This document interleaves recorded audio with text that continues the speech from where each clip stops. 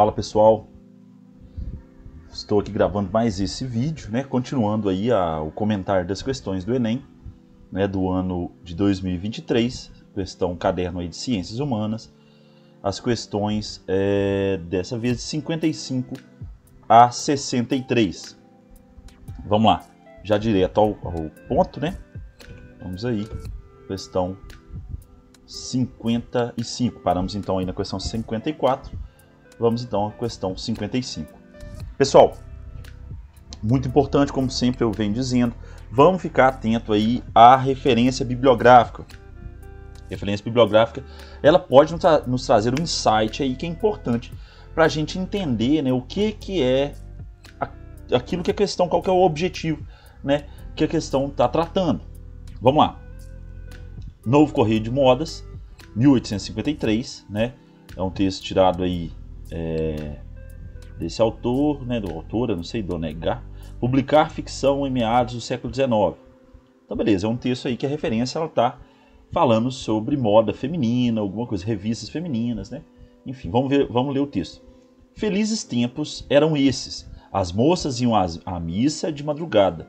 De dia ninguém as via, e se alguma, em dia de festa, queria passear com a avó ou a tia, havia de ir de cadeirinhas. Bem razão têm os nossos velhos de chorar por esses tempos, em que as filhas não sabiam escrever e por isso não andavam nem recebiam bilhetinhos. Olha aí, é um texto de 1853, né? Então aí ele reflete, né, a cultura, né, misógina, enfim, da época, né? Vamos lá, vamos ver qual que é o comando da questão. Na perspectiva do autor, as tradições e os costumes sociofamiliares sofreram alterações no século XIX, decorrentes de quais fatores? Veja bem, é um texto histórico, né, um texto que está tratando aí estudos das revistas femininas, né, então é um texto aí que é mais uma fonte histórica, na verdade, né, do Novo Correio de Modas, de 1853, que está falando, né, de como que as mulheres, né, as práticas aí das mulheres, elas eram definidas naquele tempo, né, que elas iam à missa só de madrugada e que durante o dia não as via, enfim, que isso aí tinha razão os nossos velhos de chorar por esses tempos em que as filhas não sabiam escrever, né, e por isso não mandavam nem recebiam bilhetinhos. É um texto misógino, um texto aí que está falando sobre a posição da mulher naquela época e como que isso aí se transformou, felizmente, né? Então vamos lá, letra A. Hábitos de leitura e mobilidade regional. É isso que o texto está querendo, pessoal? É isso que o comando da questão está querendo? Olha só, ele está querendo que a gente destaque quais, né, foram, quais alterações aconteceram e por que essas, decorrentes de que, né, essas alterações aconteceram. Alterações na tradição e nos costumes sociofamiliares. Foram nos hábitos de leitura e mobilidade regional? Não é isso que o texto está tratando, né? Apesar de falar de bilhetinhos aqui, de escrita, não é isso. Não quer dizer que as mulheres começaram a ler outras coisas que mudou, não. O texto não está dizendo disso. Letra B. Circulação de impressos e trânsito religioso? Também não, pessoal. Não está falando aí de circulação de jornais, revistas, folhetins, não, nada disso. Muito menos, né, de uma mudança no cotidiano religioso, no trânsito religioso. Letra C. Valorização da língua e imigração estrangeira? Muito menos. Não fala nada de imigração, né? Enfim. Letra D. Práticas de letramento e transformação cultural? Opa, veja bem aqui. Práticas de letramento e transformação cultural. Essa aqui é o gabarito, galera. A resposta correta é a letra D. Por quê? Está falando aqui que deixa implícito, né, que no passado as mulheres não sabiam escrever e isso aí seria melhor, né, segundo o texto. Então deixa implícito que agora, naquele momento que o texto foi escrito, em 1853, já havia aí, né, uma prática de letramento maior do que no passado. Isso aí ocorreu uma transformação cultural, ou seja, houve uma transformação no âmbito sociofamiliar e, consequentemente, mudou aí as tradições, os costumes. Portanto, transformou a cultura. Gabarito, então, questão 55, letra D. Beleza, pessoal? Uma questão fácil também, que envolve a interpretação, a atenção, tá? Não é uma questão difícil. Aqui, flexibilização do ensino e reformismo pedagógico? Também não. Não é disso que o texto está tratando. Galera, essas questões aí, né, que são questões de nível fácil, né, aquelas que a gente pode fazer desde o início, que já deve mandar bala ali, são questões que nós temos que ter muito cuidado, porque através delas a gente consegue aumentar o nível da nossa pontuação e ao mesmo tempo, através dessas questões, a gente pode se dar mal. Por quê? Se a gente não tiver atenção na forma como eu estruturo o texto, como eu entendo o texto, eu acabo marcando uma coisa errada. É simplesmente ter calma, entender qual que é o propósito da questão, o que é o comando aí da questão e o que o texto está tratando, beleza? Então aí 55, gabarito, letra D. Vamos lá. Continuando aqui. Questão 56. Olha aqui. Referência bibliográfica. Territorialização do agronegócio e subordinação do campesinato no Cerrado. Agronegócio, subordinação, campesinato, Cerrado. Beleza. Vamos lá ao texto, direto ao texto. No Cerrado, o conhecimento local está sendo cada vez mais subordinado à lógica do agronegócio. Ou seja, aquelas práticas tradicionais, familiares, está sendo subordinada à lógica da economia, né, de grande mercado, do agronegócio. De um lado, o capital impõe os conhecimentos biotecnológicos, né, como o mecanismo de universalização de práticas agrícolas e de novas tecnologias, e de outro, o modelo capitalista subordina homens e mulheres à lógica do mercado. Assim, as águas, as sementes, os minerais, as terras, bens comuns, tornam-se propriedade privada. Destacar a propriedade privada aqui. Além do mais, há outros fatores negativos como a mecanização pesada, a pragmatização dos seres humanos e não humanos, a violência simbólica, a superexploração, as chuvas de veneno e a violência contra a pessoa. É um texto aí, claramente, ele está falando dessa transformação, né, antrópica, uma transformação que a economia do agronegócio ela impactou, né, de uma maneira ou de outra a forma de trabalho, a forma de cultura, né, de famílias campesinas aí da região do Cerrado. Vamos ver aqui o que o comando da questão. Qual é o comando da questão? Vamos lá. Questão 56. Os elementos descritos no texto, olha aqui, está chamando então a atenção para os elementos do texto. A respeito da territorialização da população, demonstra que há um cerco aos camponeses, inviabilizando a manutenção das condições para a vida. Galera, vamos destacar isso aqui. Cerco aos camponeses, inviabilizando a manutenção das condições para a vida.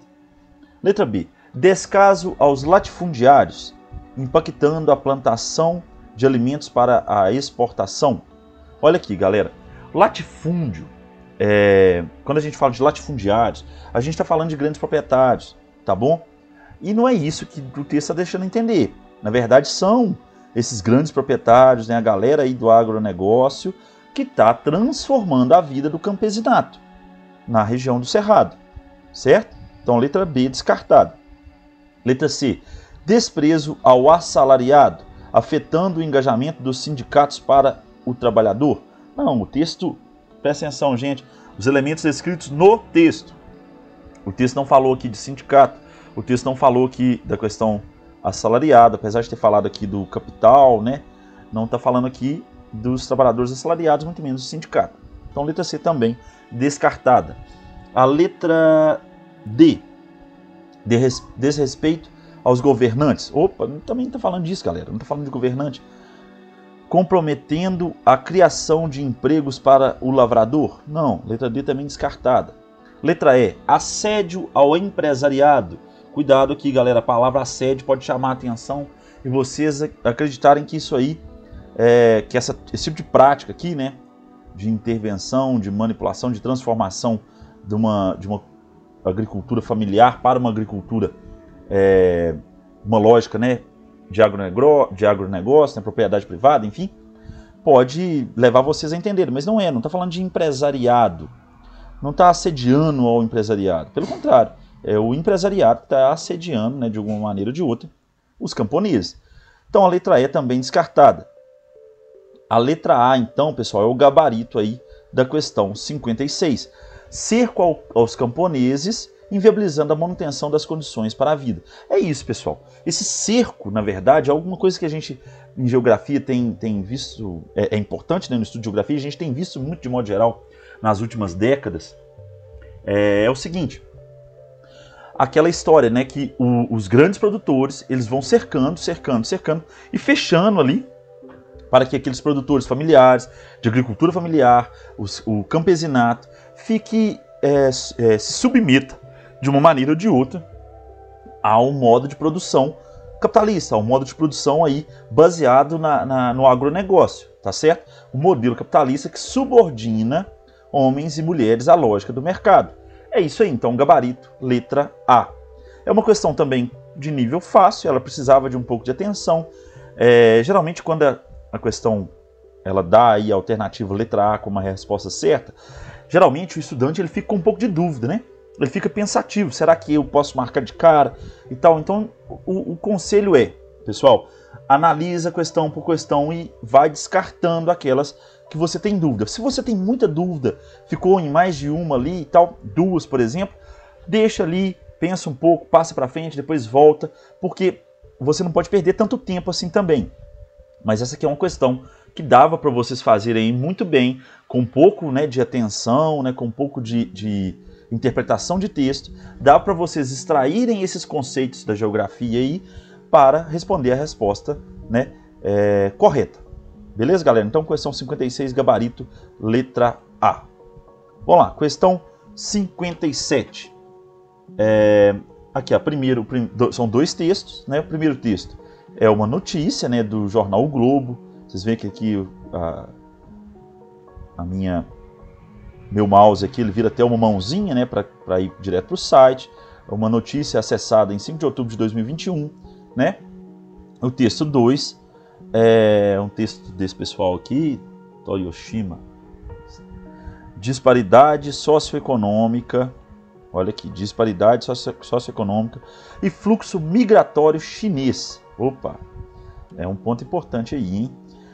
Interpretação de eventos contemporâneos segundo os clássicos do desenvolvimento. Revista Econômica Contemporânea. Revista de Economia Contemporânea. Então vamos lá. Texto 1. Com a população de 25 milhões de habitantes, cerca de 60% de minorias muçulmanas, principalmente da etnia uigur, Xinjiang é uma região estratégica para a China.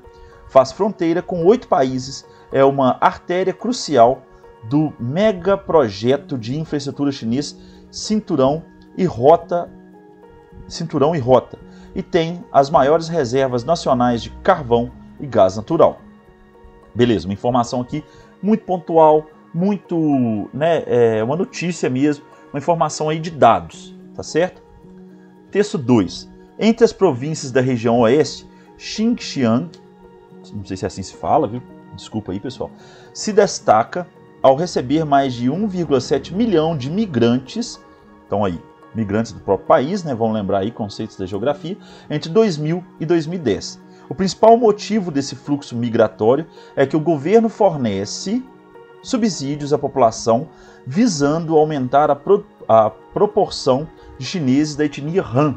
Então aqui, gente, já tem duas etnias destacando. Etnia Han aqui e etnia uigur aqui em cima. Em relação à população local de etnia turca e muçulmana. Tá bom. Vamos aí ao comando da questão. A política demográfica, uma questão claramente aí de demografia. A política demográfica para a província mencionada nos textos é parte da seguinte ação estratégica do governo chinês. Pessoal, pode parecer uma questão difícil, mas prestem atenção, porque é uma questão que ela não envolve conhecimento específico, tá? São dados aqui, tá certo? Pode parecer que é muito específico, mas eu não sei nada da história geopolítica da China e tal. Tá bom, vamos com calma. Não é isso que o texto que a questão está tratando. O texto traz informações muito pontuais, informações aí de âmbito de dados, né? E o segundo aqui, ele também traz uma outra informação para somar. Mas, na verdade, não precisa saber exatamente do que se está tratando lá, tá certo? Porque, de fato, aí pode confundir o aluno, né? Pode confundir o estudante que está fazendo o Enem e já pular direto a questão e falar assim, essa vai deixar pro chute. Não, calma aí, vamos com calma. A política demográfica para a província mencionada nos textos é parte da seguinte ação estratégica do governo chinês. Quer saber o que é essa estratégia? Promover a ocupação rural? Não. Olha aqui, lá já tem 25 milhões de habitantes, então letra A descartada. Não é promover a ocupação, tá certo? Então letra A está descartada. Questão de interpretação, hein? Letra B. Favorecer a liberdade religiosa? Também não. Aparentemente até o contrário, né? Que eles estão querendo aí aumentar a proporção de chineses em detrimento da maioria étnica turca e muçulmana. Então aí também letra B descartada. Letra C. Descentralizar a gestão pública? Não. Apesar de falar que o governo fornece subsídios, mas não está falando de descentralização da gestão pública, não está falando aí de uma nova estrutura de governo, uma nova estrutura de Estado. Não, não é isso. Letra C também descartada. Letra D. Incentivar a pluralidade cultural? Também não, pessoal.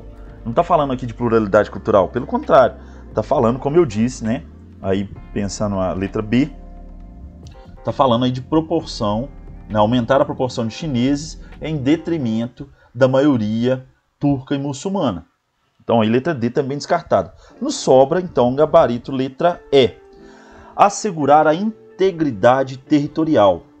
Pessoal, isso aqui é algo muito importante aí em geopolítica, tá certo? A questão da integridade territorial é um dos elementos que garantem a autonomia do Estado, tá certo? No Brasil aconteceu mais de uma vez, né, contendas, né, disputas territoriais aí, que envolve essa integridade, que envolve assegurar o território que é brasileiro e até o território que não é brasileiro, como lá o caso do Acre, que foi comprado. Não vou entrar em detalhe agora, mas, enfim, o texto está chamando aqui atenção, né, para essa maioria, 60% da maioria muçulmana, tá certo? E o outro aqui, o governo chinês favorecendo aí oferecendo subsídios para o aumento chinês da etnia Han, beleza? Para dar digamos assim, para garantir que esse território continue aí íntegro, que esse território continue aí parte da China por causa da população que habita ali. Então aí gabarito letra E. Beleza, galera?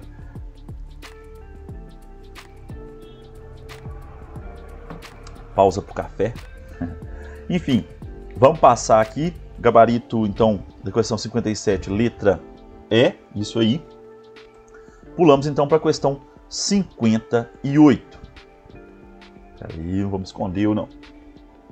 Vamos lá. Questão 58. Adorno e Horkheimer.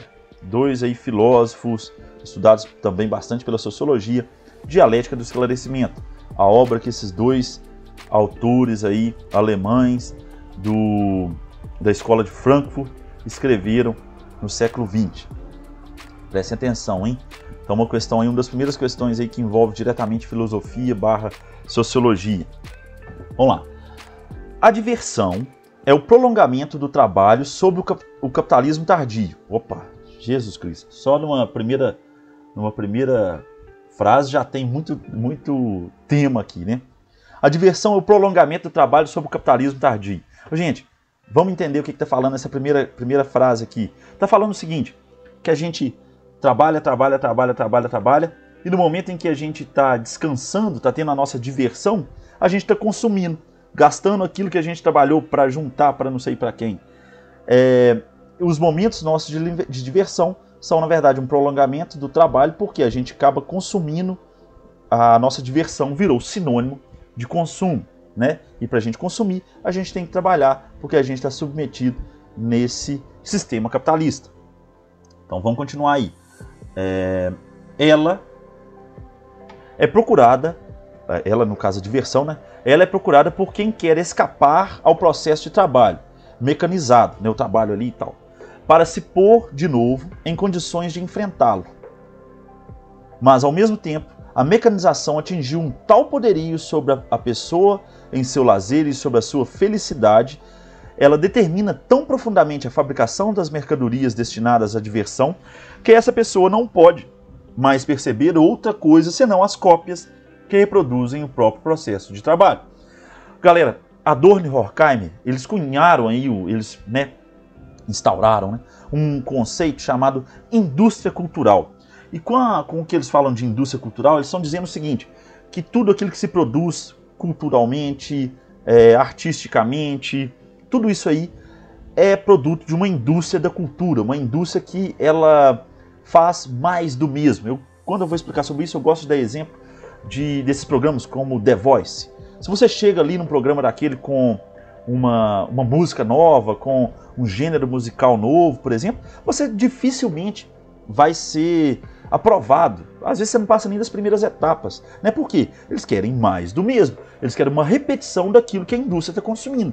Então, é tudo consumo, consumo, consumo. Os cantores, os artistas aí, né, da música, eles hoje em dia eles produzem músicas, jingles e tal, né, coisas que vão aí pregar, vão ser um chiclete na cabeça do grande público, da grande massa, que vai depois ser usado como uma música de fundo de um Reels, uma música de fundo de um short do YouTube, enfim, é tudo isso que a indústria produz, né?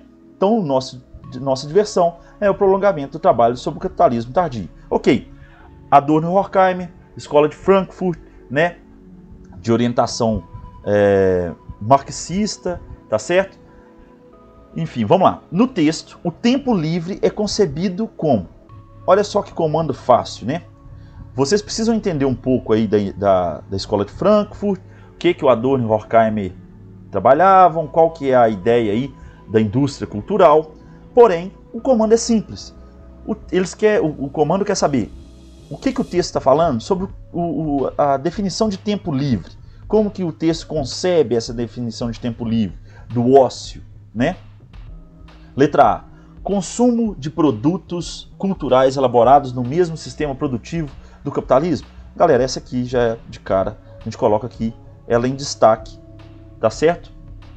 Consumo de produtos culturais, ou seja, diversão é sinônimo de consumo. Vejam a vida de vocês, a vida de todos nós hoje em dia. Elaborados, esses produtos culturais, né? Elaborados no mesmo sistema produtivo do capitalismo. Ou seja, eu trabalho para depois, nos meus momentos, no meu tempo livre, nos meus momentos de folga, no meu ócio, consumir aquilo que o mesmo sistema que me aprisiona, tá certo? Elabora. Letra B. Vamos lá, pular para frente. Forma de realizar as diversas potencialidades da natureza humana? Não.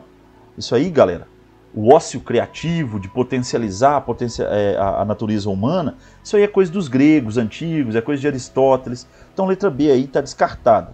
Letra C.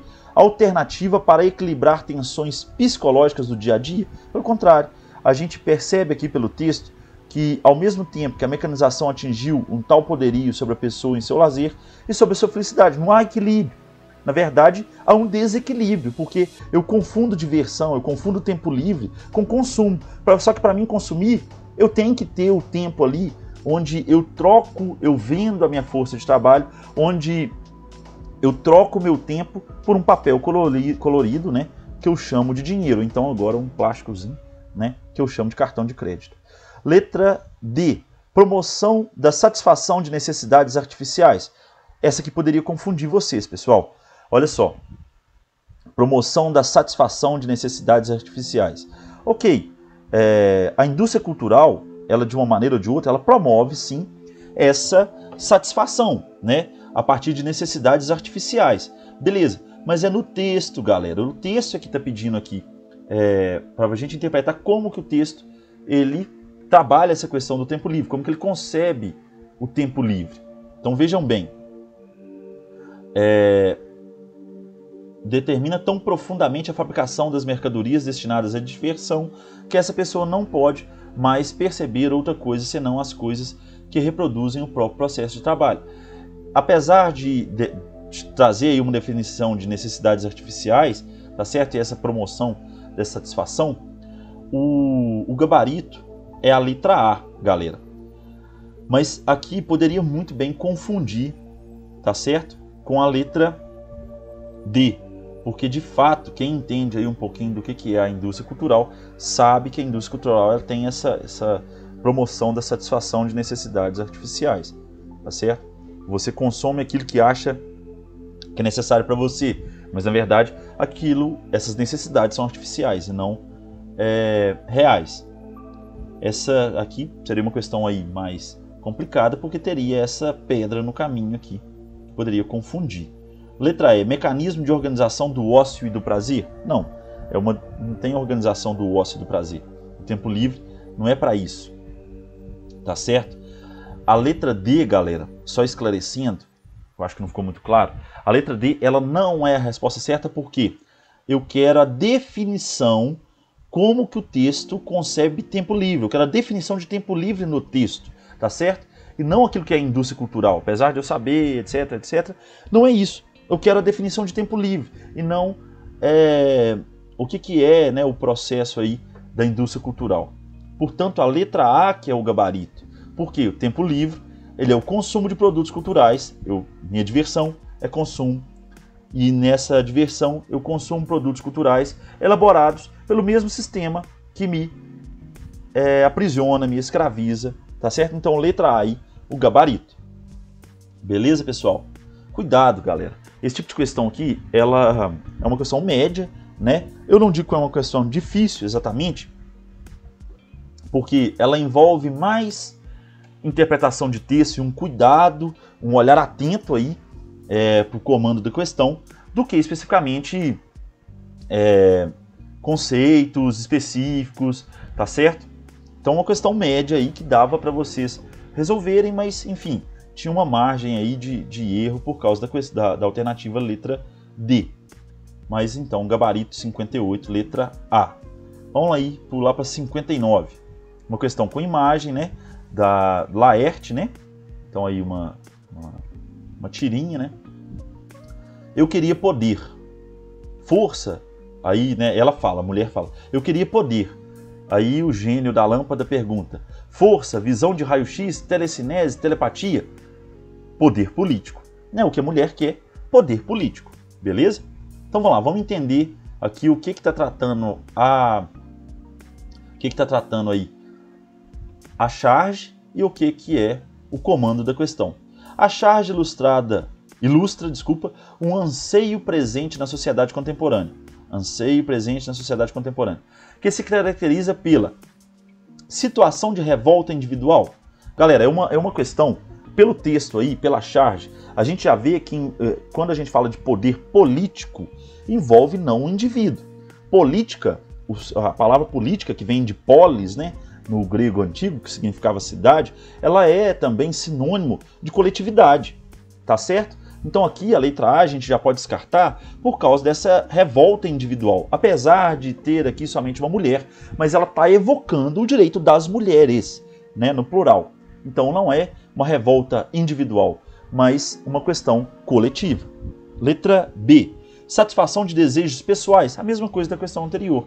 Tá só uma mulher aqui, né, um indivíduo, porém a pauta, o tema é coletivo e não individual e não pessoal. Então letra B também descartada. Letra C, participação em ações decisórias. Opa, vamos destacar essa aqui, galera, que essa aqui ela trata disso, né? O poder político é diferente de força, visão. O poder aqui político é o que? A gente sabe que a nossa democracia, a nossa forma de governo, né, atual, ela hoje não é a democracia direta, que é a democracia dos gregos, né, lá de Atenas, da Ágora, que eles iam para a praça pública, o homem livre, somente o homem, não os escravos, não as crianças, não as mulheres, somente o homem livre, também não poderia ser estrangeiro, não poderia ser de outra cidade. Os homens livres se reuniam na praça pública, na Ágora, para tomar decisões políticas. Lá eles discutiam, eu devo fazer uma ponte ali, uma ponte aqui, eu devo julgar fulano de tal assim ou assado, o que eu devo fazer? Eles votavam ali e eles decidiam o que era melhor para a própria cidade.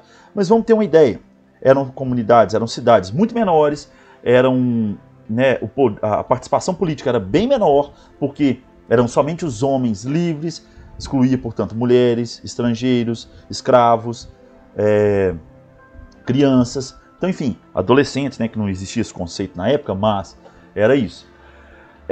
A nossa democracia hoje é uma democracia indireta, que a gente elege vereadores, prefeitos, deputados, governadores, etc, etc. A gente elege os políticos para serem os nossos representantes, para representar os nossos interesses. Então aí, poder político, de alguma maneira, é sinônimo, tá certo, de participação em ações decisórias. Apesar dessa participação não ser direta, como na Grécia Antiga, é uma participação indireta, tá certo? Porque eu elejo alguém para me representar. Então vamos lá, a gabarito letra C, mas vamos entender aqui a alternativa D e E. Por que elas estão descartadas? A letra D, permanência em passividade social. Gente, passividade é passivo, pessoa passiva, está ali sem ação, sem atitude diante da condição aí imposta. Então não é isso. Se ela quer poder político, ela quer, na verdade, como é um anseio presente na sociedade contemporânea, a gente sabe que dos anos 50, 60 para cá, as mulheres cada vez mais ganharam, adquiriram mais direitos. Então aí a letra D demonstra que essa palavra passividade demonstra que ela está descartada. Letra E, conivência em interesses partidários. Não estou falando de interesse partidário aqui, muito menos de conivência, é o contrário de conivência. A palavra conivência é sinônimo também aí de passividade, digamos assim. Ela está aqui no mesmo sentido. Então essa questão dava para fazer por exclusão, tá certo? Letra C é o gabarito, beleza? É uma questão que envolve aí um pouquinho de conceito, mas é uma questão média também. Dava para vocês acertarem, beleza, numa boa. Vamos aí, já direto, para a questão 60. Questão 60. Aí a gente já tem aqui Paul Ricoeur, um filósofo francês. O perdão pode curar. Só de ver a palavra curar aqui já indica alguma coisa, porque o Paul Ricoeur, ele era de orientação também, galera. Apesar de filósofo, ele era de orientação também cristã. Mas vamos lá. O texto. Quem se mete pelo caminho do pedido de perdão deve estar pronto a escutar uma palavra de recusa. Olha aqui. Quem pede perdão, quem está pronto para escutar o perdão, quem está pronto para pedir perdão, deve estar pronto para escutar uma palavra de recusa, deve estar pronto para escutar um não. Se eu peço perdão, eu não necessariamente eu tenho que querer que a pessoa, exigir que a pessoa me perdoe. Não. É um ato de humildade, pedir perdão.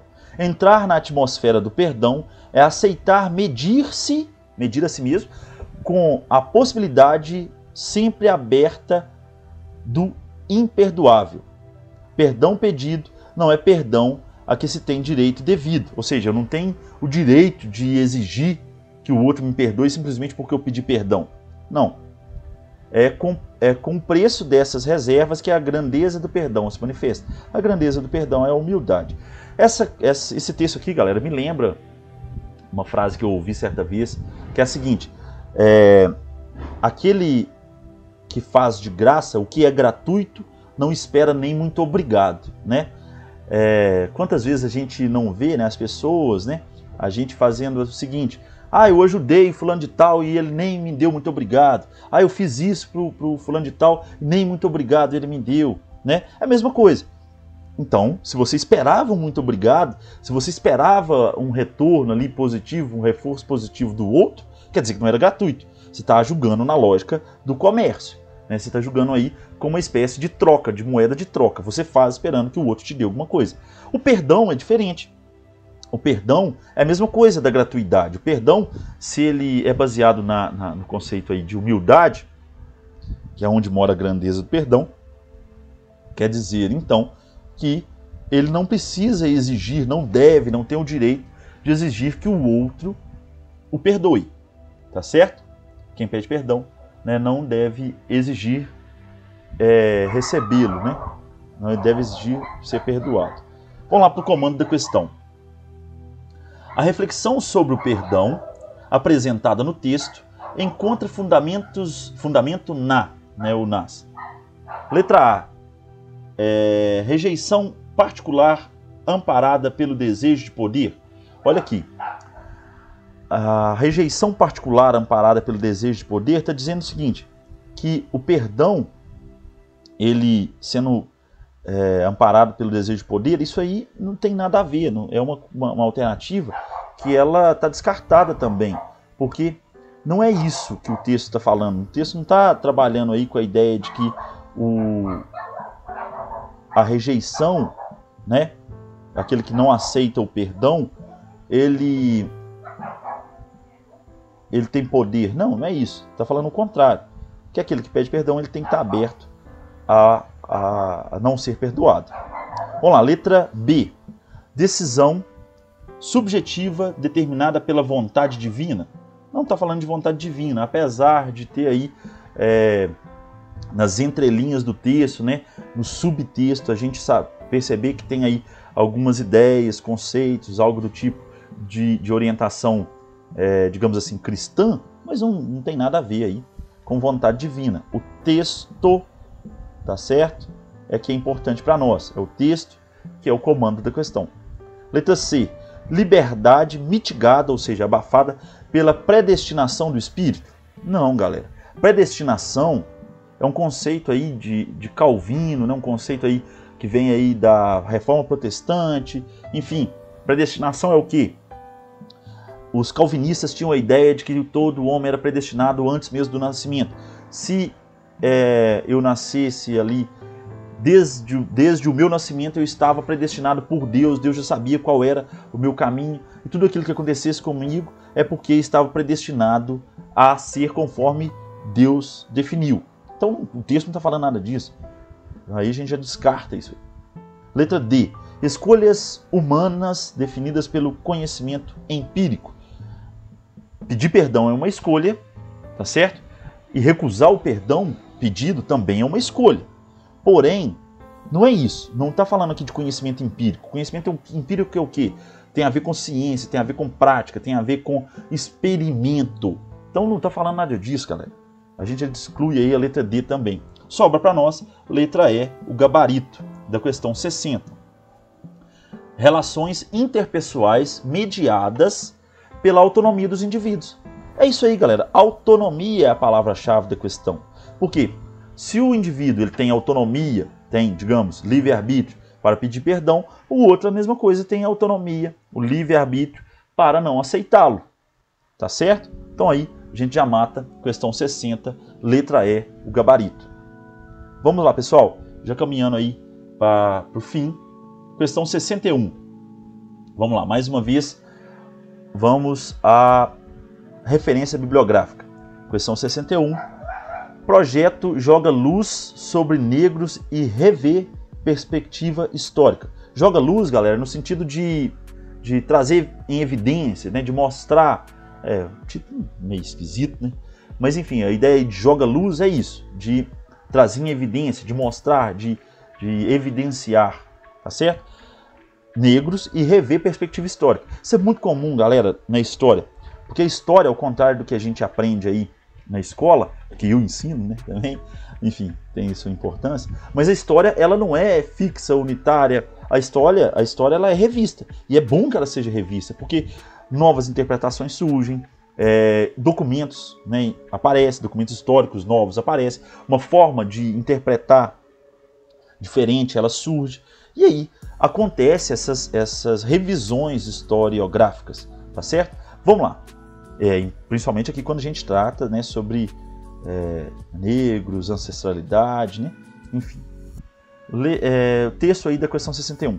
Superar a história da escravidão como principal marca da trajetória do negro no país tem sido uma tônica daqueles que se dedicam a pesquisar as heranças da origem afro à cultura brasileira.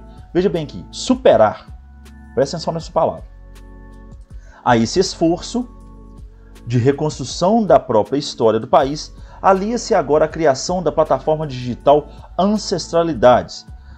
Aí, uma citação: a história do negro no Brasil vai continuar sendo contada e cada passo que a gente dá para trás é um passo que a gente avança, diz Márcio Black, idealizador da plataforma, sobre o estudo de figuras ainda encobertas pela perspectiva histórica imposta pelos colonizadores da América. Muito importante isso aí, galera, porque, não sei se vocês sabem, né, a história do Brasil, marcada aí, uma chaga, né, da escravidão, essa ferida aberta até hoje, né, que é a escravidão, ela teve o estudo disso tudo, foi muito complicado, porque documentos foram queimados quando acabou a escravidão. O próprio Rui Barbosa patrocinou, né, a queima, né, a destruição de documentos. Então complicou muita coisa para a gente entender, né, a nossa história, a história do povo africano escravizado no Brasil, tá certo? Então por isso que fala, cada passo para trás é um passo que a gente avança, ou seja, no sentido de reconstruir, ressignificar essa história da escravidão.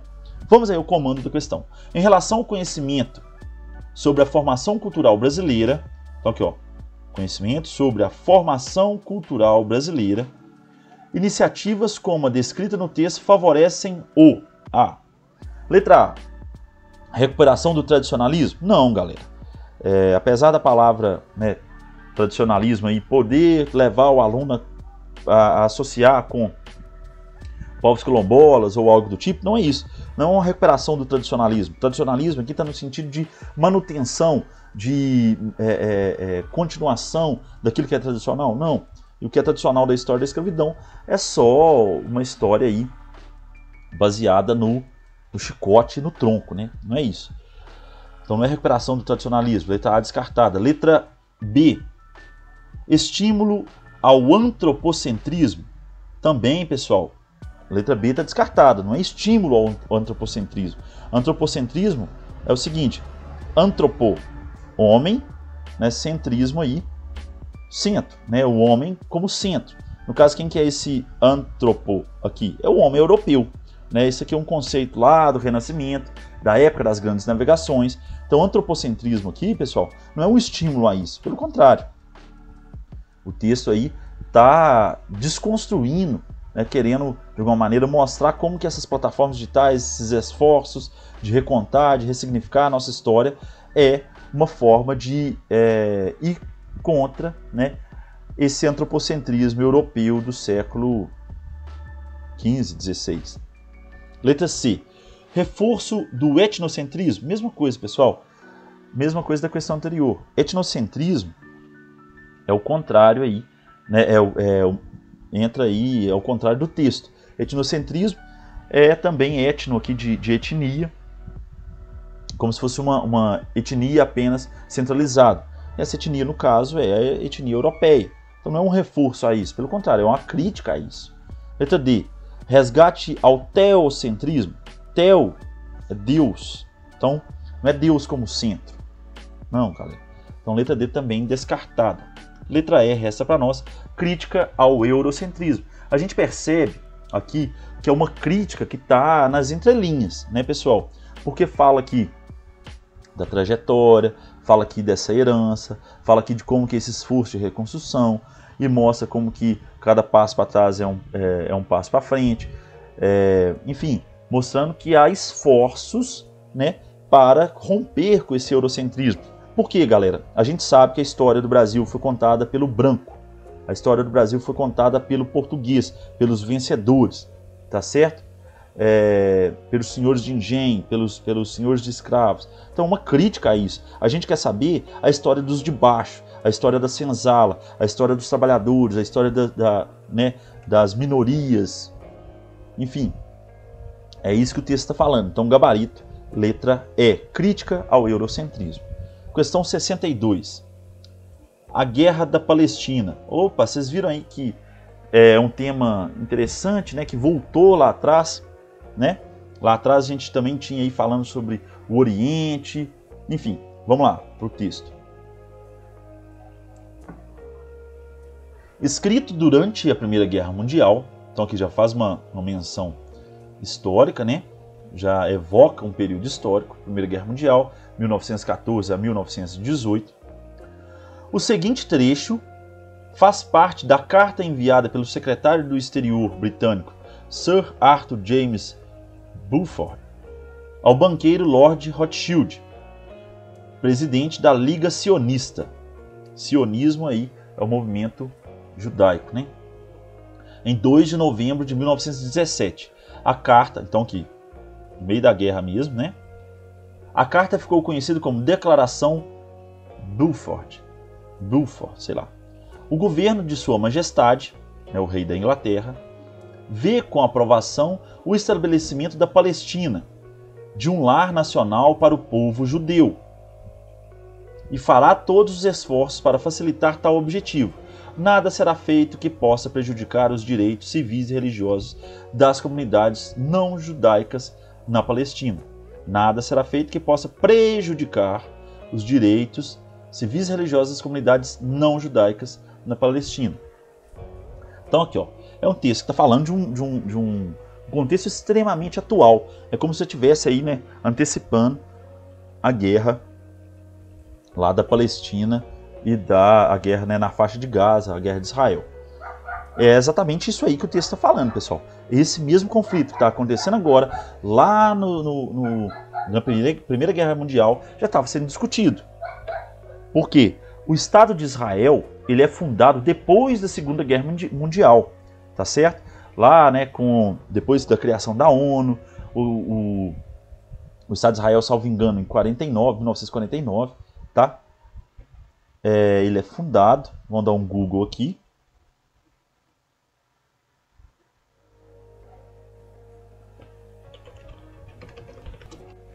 Então aí, galera, errei aí por um ano, né?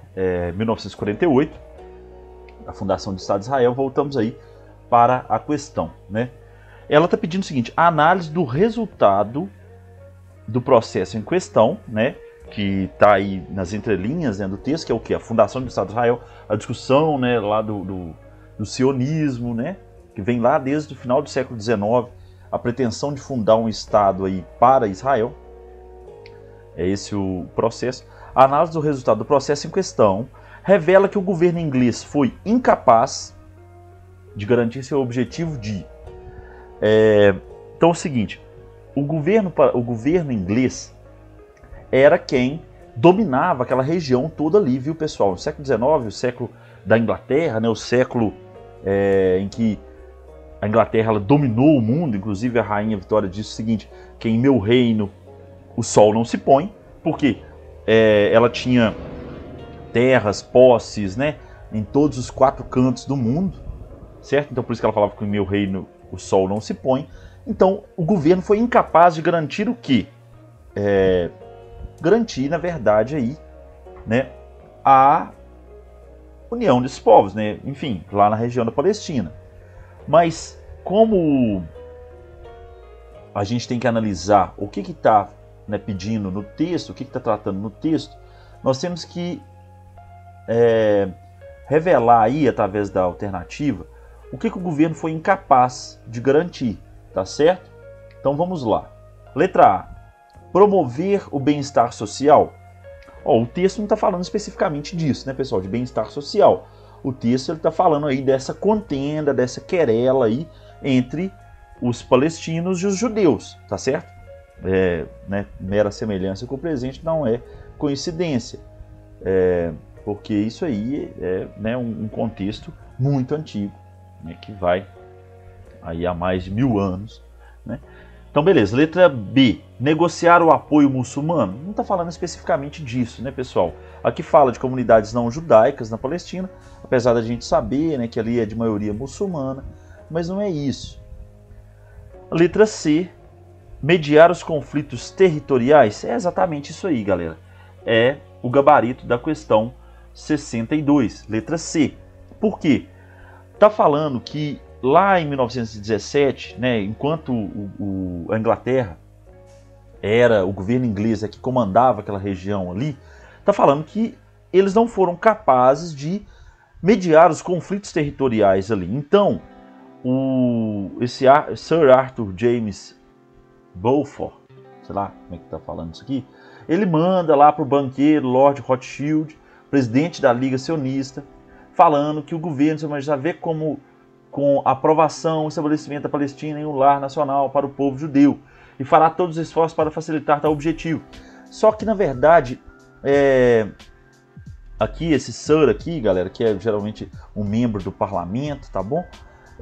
Ele não... Isso aí, o que ele está falando nessa carta para o líder do movimento da Liga Sionista, isso aí não é concluído. Então, o governo não foi capaz de mediar esse conflito que está falando. Então, é isso que está pedindo o texto, isso que está pedindo, né, o comando da questão. O que o governo foi incapaz de garantir? Qual o objetivo que ele foi incapaz? Mediar o conflito territorial. Então aí, portanto, número 62, gabarito letra C. Beleza, galera? Letra D, estimular a cooperação regional? Não está falando de cooperação especificamente, né? Letra E, combater os governos autocráticos? Não, afinal de contas, a própria Inglaterra era o governo de lá na ocasião. Olha só, pessoal, essa questão aqui é uma questão de nível mais difícil, né? Não por causa do conteúdo, tá bom? Mas por causa da interpretação. Vejam que as alternativas aqui, elas são um pouco confusas, principalmente a B e a C. Elas podem dar uma pegadinha aí, principalmente por causa da palavra incapaz aqui. O que o governo foi incapaz de garantir? Parece que ele foi incapaz de garantir o bem-estar social, né? Só que não é isso por causa do contexto aqui que a gente sabe, né? Que é o governo inglês dominando a região, certo? Tentando fundar um Estado de Israel, né? O Estado lá para o povo judeu, certo? Aqui negociar o apoio muçulmano também não é, porque não está pedindo apoio, mas está falando que o governo vai garantir, né? O governo vai fazer, não pedindo apoio, pedindo ajuda. Afinal de contas, lá não era um governo de orientação islâmica, não era uma teocracia, digamos assim. Era, na verdade, o governo inglês. Beleza, galera? Então vamos lá. Última questão aí do nosso combo de hoje, questão 63. Vamos usar referência bibliográfica. Paulo Freire, logo de cara aqui, são dois textos, texto 1 e texto 2, tá certo? No texto 1, uma citação aqui da obra Pedagogia do Oprimido, do Paulo Freire, saberes necessários à prática educativa. Então aqui, autonomia, foquem nessa palavra autonomia aqui, e que é um texto para a prática educativa, ou seja, um texto para os educandos. Desculpa, um texto para os educadores, para os professores, tá certo? Para a prática educativa. A prática, então, é a prática do professor. É um texto para o professor. Aqui, a número 2, né, o texto 2, desculpa, ele é um texto de um comentador, Demarque, sei lá, falando sobre Paulo Freire, tá certo? Saiu aqui na revista Diplomatique, enfim, falando aí sobre Paulo Freire. Vamos ler o texto 1 primeiro. Como presença consciente, olha aí, presença consciente no mundo, isso é bem Heidegger, tá, gente? Ser e tempo e tal, não vou explicar aqui agora, porque senão vai ficar muito longo. Mas, enfim, a ideia é de que eu estou aqui no mundo, aqui e agora, beleza? Eu tenho que estar consciente no meu aqui e agora. Não posso escapar à responsabilidade ética, minha responsabilidade ética, no meu mover-me no mundo, ou seja, no meu agir, na minha atuação. Eu tenho uma responsabilidade ética, certo? Aqui no mundo, no meu lugar, no meu aqui e agora, onde eu estou, na forma como estou, na classe que eu estou, enfim, eu tenho que ter consciência da minha responsabilidade ética, do meu dever ético, na minha forma como eu atuo no mundo em que eu estou. Beleza? Continuando. Se sou puro produto, aqui já vem um se aqui. Se sou puro produto da determinação genética, ou cultural, ou de classe, sou irresponsável pelo que faço no meu mover-me no mundo. Ou seja, se eu aceito simplesmente que eu sou determinação genética, eu sou assim porque geneticamente, tal, eu sou assim porque culturalmente, etc. Eu sou assim porque é minha classe, eu estou sendo irresponsável pelo que faço no meu mover no mundo, pelo que faço onde eu estou. Eu tenho que tirar isso de lado e falar o seguinte: eu sou o responsável pelo que eu faço no mundo. Bati aqui, desculpa. E se careço de responsabilidade, não posso falar em ética. Ou seja, eu tenho que me assumir onde eu estou, não trazer desculpas, né, determinantes, deterministas, genética, cultura, classe. Eu tenho que me assumir no mundo e assumir a minha responsabilidade ética onde eu estou. Beleza. A palavra autonomia e responsabilidade são aí as tópicas desse texto 1. Vamos para o texto 2. Paulo Freire construiu uma pedagogia da esperança. Na sua concepção, a história não é algo pronto e acabado. Galera, essa frase aqui, a história não é algo pronto e acabado, é uma frase bem marxista. Porque, para o Marx, quem move a história somos nós. Não há uma filosofia da história, não há uma entidade, um ser divino que move a história. Não, somos nós. Cada um de nós, no seu mundo, na sua forma, a gente age. Tanto é que aquela frase inicial lá do Manifesto do Partido Comunista, trabalhadores do mundo univos, é o quê? Uma chamada, um convite para os trabalhadores do mundo se unir e transformar a história. A locomotiva da história somos nós, né? Continuando, as estruturas de opressão e desigualdades, apesar de serem naturalizadas, são socio-historicamente construídas. Ou seja, apesar de parecer que a opressão e a desigualdade são naturais, elas, na verdade, são socialmente e historicamente construídas. Daí a importância de os educandos, professores, tomarem consciência da sua realidade para, assim, transformá-la. Tá certo? Não, desculpa aqui, professores não, educandos aqui são os alunos, né? Isso, os alunos. Aqui os alunos, no caso. Daí a importância de os educandos, os alunos, tomarem consciência. Ou seja, o professor tem que auxiliar, né, no caso, para essa tomada de consciência, né, dessa ação no mundo. Com base no conceito de ética pedagógica, então aqui está pedindo o conceito de ética pedagógica. É isso que quer saber. Presente no texto, nos textos, os educandos, os alunos, os estudantes, tornam-se responsáveis pela letra A, participação sociopolítica. Exatamente. Letra A aí, o gabarito. Gabarito, então, letra A, por quê? A participação sociopolítica, galera, é o quê? É exatamente aquilo que na questão anterior, né, essa aqui, ó, fala também na questão 59. Essa participação sociopolítica é o quê? A participação que eu tenho na onde eu estou. Uma participação na minha sociedade. Tá certo? Então é isso aí que o texto está tratando. Beleza, galera? A letra B, definição estético-cultural. Não, o texto não está falando de estética aí, né? Não está falando uma definição estético-cultural. Não está pedindo essa definição. Pelo contrário. Letra C, competição econômica local. Também não.